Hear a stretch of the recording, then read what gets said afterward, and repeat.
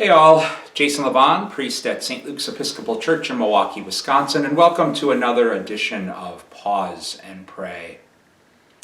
I have a brother-in-law who's an incredibly gifted and skilled carpenter. When I was in high school, I would work with him occasionally on side jobs to make a few extra bucks, and I always admired his quality of work, his meticulous attention to detail. Carpentry was never a language that I spoke. I could pound nails or use a nail gun or miter saw or table saw or a Wonder Bar if it was a demo day, if I was told what to do. But I always admired my brother-in-law's grasp of the language of carpentry and his ability to design something like a custom fireplace mantle or bookshelf or entertainment system or dresser or deck or staircase, and then put that design into action and make it happen in the real and concrete. And it was always a joy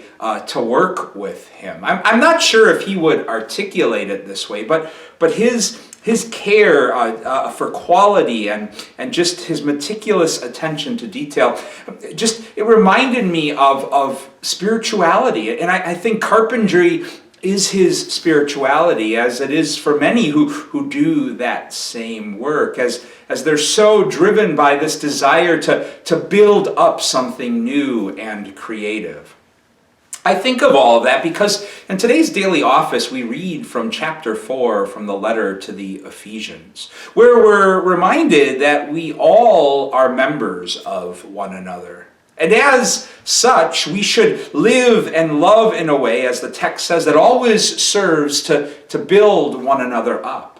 That we should tap into this spirituality at work in life, always seeking to build up something new and creative. And sometimes that means finding the courage to speak hard truths to one another. At other times, the text says it means simply being kind and tender-hearted with one another. That's a holy invitation for me and for all of us, I suspect, to pause and pray about today. Reflecting on how we've encountered God at work, building us up into something new and creative. Who have those holy instruments of that spirituality been in our lives? Those people who have found the courage to speak hard truths to us with love and to walk with us in patience, that have helped us embrace new directions and chances in life.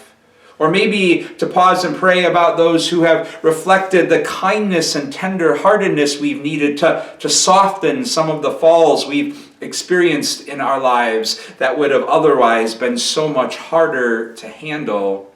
And yes, to pause and pray for the grace to be instruments of that same love and grace at work in our world. Because none of us have to look too far to know how much the world and how much each and every one of us needs the work of the master builder. And the master builder's meticulous attention and care for details that spares no one, and whose willingness to continually work to build up something new and creative can never be exhausted. God's peace and blessings to you all.